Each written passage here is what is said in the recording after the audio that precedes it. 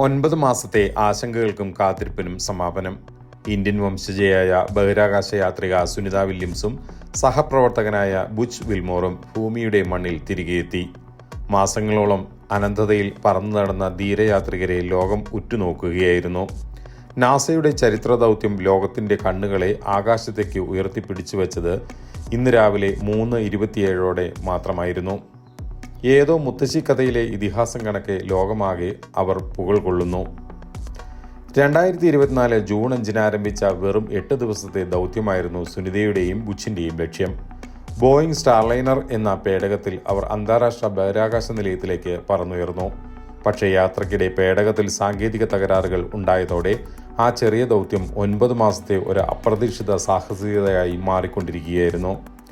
Helium ചോർച്ചയും thruster തകരാറുകളും കാരണം Starliner അവരെ തിരികെ കൊണ്ടുവരാൻ സുരക്ഷിതമല്ലെന്ന് നാസ തീരുമാനിച്ചു. എന്നാൽ സുനിതയും ബുച്ചും ഒറ്റപ്പെട്ടു പോയില്ല. അവർ ബഹിരാകാശ നിലയത്തിൽ തുടർന്നു ഗവേഷണങ്ങൾ നടത്തി. പരിപാലന പ്രവർത്തനങ്ങൾ നിർവഹിച്ച് മനുഷ്യരാശിയുടെ ബഹിരാകാശ സ്വപ്നങ്ങൾക്ക് പുതിയ മാനങ്ങൾ നൽകി.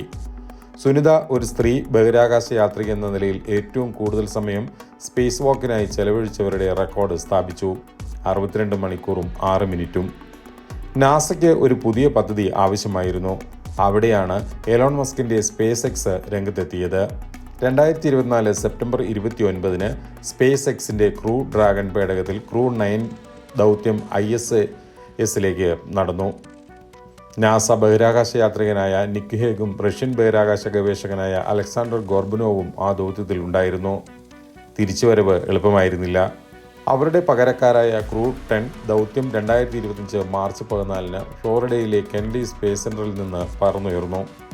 നാസയുടെ ആൻ മക്ലൈൻ, നിക്കോളയേഴ്സ്, ജപ്പാന്റെ തക്കുയോ ഇനിഷി, റഷ്യയുടെ കിറിൽ പെസ്കോവ് എന്നിവർ അടങ്ങുന്ന ഈ സംഘം മാർച്ച് 16 ISS-ൽ എത്തി.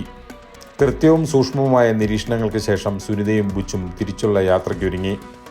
2025 മാർച്ച് 18 ക്രൂ ഡ്രാഗൺ പേടകം ISS-ൽ നിന്ന് വേർപെട്ട് 17 മണിക്കൂറുകൾ നീണ്ട യാത്രയ്ക്ക് ശേഷം ഫ്ലോറിഡയ്ക്ക് സമീപമുള്ള ഗൾഫ് ഓഫ് മെക്സിക്കോയിൽ പേടകം സുരക്ഷിതമായി സ്പ്ലാഷ് ഡൗൺ ചെയ്തു.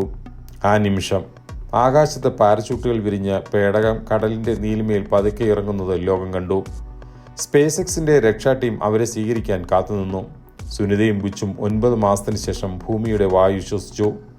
സ്പേസ് എക്സ് ക്രൂ ഡ്രാഗണിൽ നിന്ന് സുരക്ഷിതമായി പറന്നെത്തിച്ച സുനിത വില്യംസിനെയും ബുച്ച് വിൽമോറിനെയും ഒപ്പമുള്ള മറ്റ് 2 ബഹിരാകാശ യാത്രികരെയും സ്ട്രക്ചറിൽ അടിയന്തര വൈദ്യപരിശോധനയ്ക്ക് വിധേയരാക്കി. ബഹിരാകാശ യാത്രികളുടെ മസിലുകളുടെ പ്രവർത്തനം, തുലനാവസ്ഥ, ഗുരുത്വാകർഷണം എന്നിവ ക്രമത്തിലാകുന്നതുവരെ നിരീക്ഷണം തുടരും. പിന്നീട് ഇവരെ ഹൂസ്റ്റണിലെ ജോൺസൺ സ്പേസ് സെന്ററിൽ പ്രവേശിപ്പിക്കും. തുടർച്ചയായ ശാരീരിക പരിശോധനകൾ, ചെറു വ്യായാമങ്ങൾ എന്നിവയിലൂടെ ശാരീരികക്ഷമത പൂർവ്വസ്ഥിതിയിലാക്കിയ ശേഷം മാത്രമാണ് വീടുകളിലേക്ക് അയക്കൂ.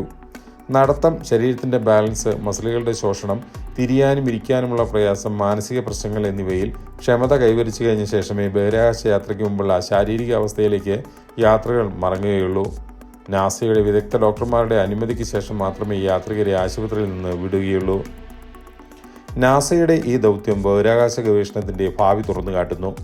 സ്റ്റാർലൈനറിന്റെ പരാജയം ഒരു തിരിച്ചടിയായെങ്കിലും സ്പേസ് എക്സിന്റെ ക്രൂ ഡ്രാഗൺ തെളിയിച്ചത് സഹകരണത്തിന്റെ ശക്തിയാണ്. ഈ തിരിച്ചുവരവ് ഒരു അവസാനമല്ല, മറിച്ച് മനുഷ്യന്റെ ബഹിരാകാശ സ്വപ്നങ്ങൾക്ക് ഒരു പുതിയ തുടക്കമാണ്. എല്ലാവിധ ആശംസകളും നേരുകയാണ്.